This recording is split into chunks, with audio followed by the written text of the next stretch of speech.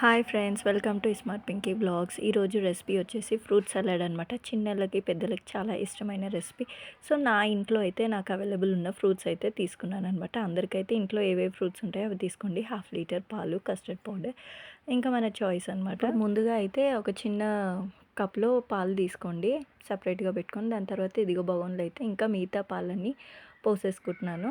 అవి మంచిగా వేడయ్యేంత వరకు అయితే మసలు పెట్టేసుకుందాం. అప్పటి లోపల మనం తీసుకున్న ఫ్రూట్స్ కూడా కట్ చేసేసుకొని ఒక సైడ్కి అయితే పెట్టుకుందాం. ఇప్పుడు ముందుగా తీసుకున్న కప్లో ఒక 2 స్పూన్స్ కానీ 3 స్పూన్స్ కానీ కస్టర్డ్ పౌడర్ వేసుకొని బాగా మిక్స్ చేసుకుందాం. నేను ఎందుకు చల్లపాలు తీసుకున్నాను అంటే వేడి పాలు తీసుకుంటే ఇట్లా ఉండల్లాగా కడుతుంది అనమాట. సో చల్లపాలలో అయితే ఇలా మిక్స్ చేసుకుంటే అది మంచిగా మెల్ట్ అయిపోయి బాగా ఏది ఉండలు లేకుండా మంచిగా అయిపోతుంది. అప్పటి లోపల మన పాలకు కూడా బాగా మసిలిపోయాయి అన్నమాట. అదిగోండి ఇలా మధ్యలో మధ్యలో కలుపుతూ ఉండండి, లేదంటే కింద లైట్గా అడుగంటుకుంటుంది కదా పాలు. సో మంచిగా కలుపుతూ ఉండండి. ఇంకా ఈ రెసిపీ చాలా అంటే చాలా మందికి ఇష్టం ఉంటుంది కదా, ఫ్రూట్ సలాడ్ అయితే. సో సమ్మర్లో అయితే బాగా ఇష్టంగా తింటారు పిల్లలు కానీ పెద్దలు కానీ. సో మా పాలు అయితే అదిగోండి బాయిల్ అయితే అయిపోయిందనమాట.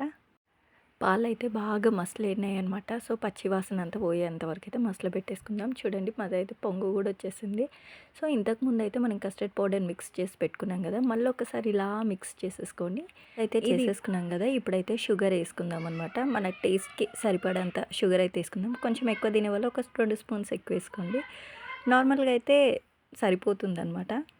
ఇంత 1/2 లీటర్ పాలకి కొంచెం షుగర్ వేసేసుకొని బాగా మిక్స్ చేసేసుకోండి. ఆ షుగర్ అంతా కరిగిపోయేంత వరకు కలిపేసేసుకున్నాక ఇంతకుముందు నేను మిక్స్ చేసి పెట్టుకున్న కస్టర్డ్ పౌడర్, పాలు ఈ మరిగిన పాలలో అయితే వేసేసుకున్నాను.